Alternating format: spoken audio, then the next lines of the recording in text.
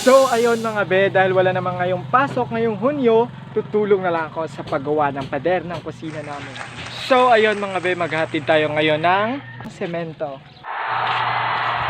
Dito na. Up. So ayun guys, tutulong tayo sa paggawa ngayon dahil wala namang pasok.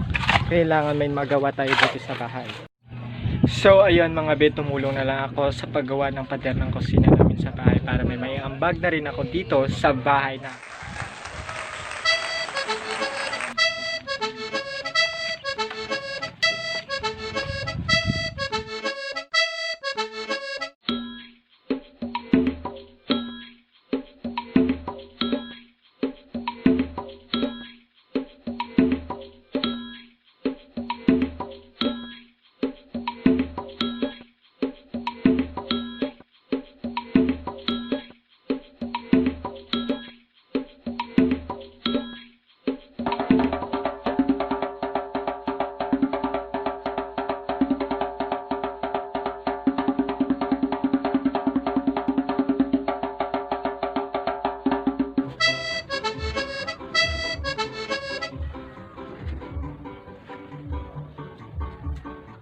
Yun lamang guys, this is Bert Reyes.